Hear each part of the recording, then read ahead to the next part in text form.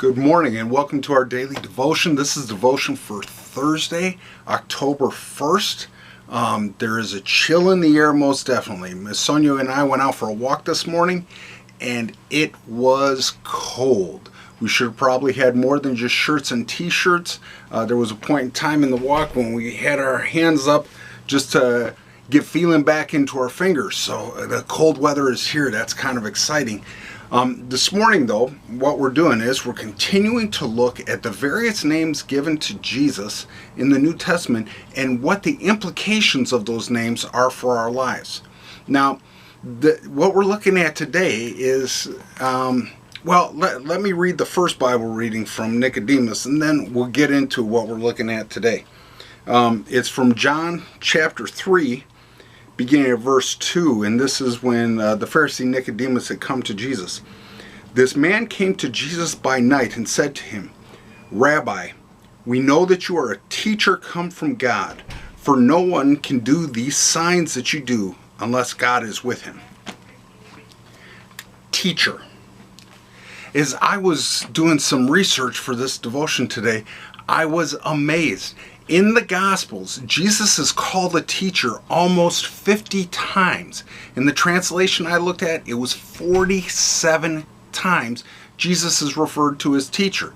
Now, that's not surprising because his disciples, the actual name for disciples, that's translated to students. So it wouldn't be a big jump for them to refer to him as teacher.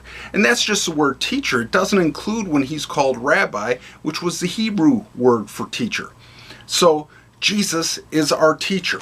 Now, what does that mean for us? Now, we have all had some amazing teachers. Probably the first real memorable teacher I had that just to this day, we still exchange Christmas cards, is Bruce Rudy. He was my 7th grade teacher.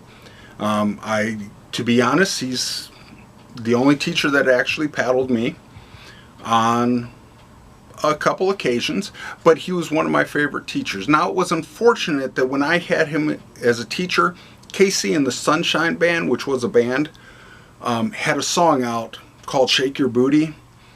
For a 7th grader, having that song out and having a teacher named Mr. Rudy, oh, that is just a match made in heaven. But he was the first teacher that really, really had an impact on me. You knew he cared passionately for every one of his students. Now, I had other teachers as I went on through high school. Mr. Twomey was one of my favorite teachers because it didn't matter what he was teaching. He had a story for it. And I still remember in Old Testament, as he was teaching Old Testament history, there was a section where one of the prophets were yelling at the court of the king, and he referred to them as lazy cows of Bashan. And he rewound, and we saw that part over and over again just because he liked those words. He was a great teacher, though. He made every lesson come alive. Uncle Doug, with respect, he was my computer programming and math teacher, but he managed to get a discussion of Old Adam and New Creation in Christ in just about every lesson he taught. He also led the Fellowship of Christian Athletes group at my high school.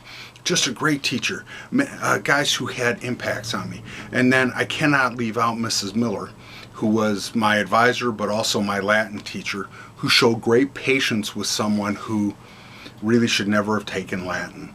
But she was just a great teacher who cared. And that's what all these teachers had in common. They cared. I went on to, and I'll skip all my college teachers. Some of them I loved, some of them I didn't. But I had this one professor when I went to grad school. He taught employment law. I really didn't care about the subject, but I loved him as a teacher. I enjoyed going to his class. Didn't care about the subject, but loved having him as a teacher.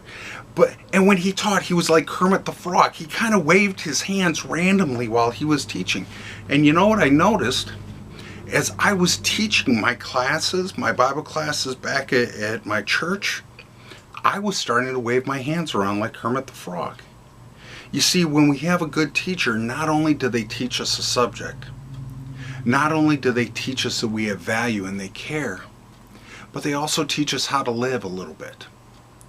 And it's really interesting that the Bible gives Jesus the name teacher so many times. I got another reading for you here, and it comes from later on in the book of John. John chapter 13, as a matter of fact. And when Jesus had washed their feet and put on his outer garments, he resumed his place and said to them, "Do you understand what I have done to you? You call me teacher and Lord, for you are right, for so I am. If I then, your Lord and teacher, have washed your feet, you also ought to wash one another's feet. Truly, for I have given you an example, that you should do just as I have done to you." Jesus is our teacher. He has given us an example. He's given us an example to serve one another. He's given us an example to love one another. The question is, do we view Jesus as one of those teachers that we can't wait to get to his class? We can't wait to learn more because every time we interact with him in his class, we just love being there even more? Or do we view Jesus as one of those teachers that we're stuck with? Way too frequently, people don't realize how much Jesus loves them, how much he cares for them, and how much he's seeking to guide and teach us so that we can have life and have it to its fullest. When we read God's Word, and when we seek to follow Jesus' example as our teacher, it's amazing how that begins to impact our lives. Because when we're looking at Jesus as our teacher, we're transformed by our relationship with him. And he starts to make us into a new creation because of his grace, because of his love, because of his mercy. He literally transforms us as we walk with him and as he teaches us. Look at what he did for a bunch of cast-off fishermen, tax collectors, miscreants. He walked with them for 3 years. He taught them for 3 years. And they became the apostles, the leaders of the early church.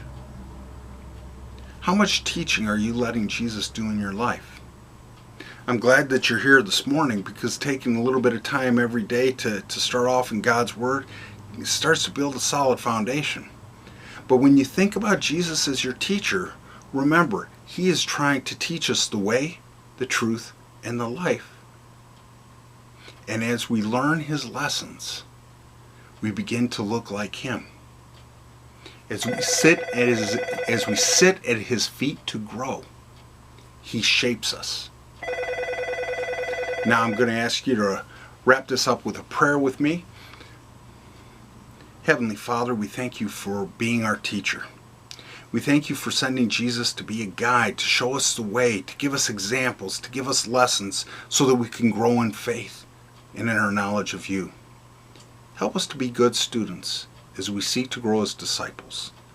In your Son's most precious name we pray. Amen.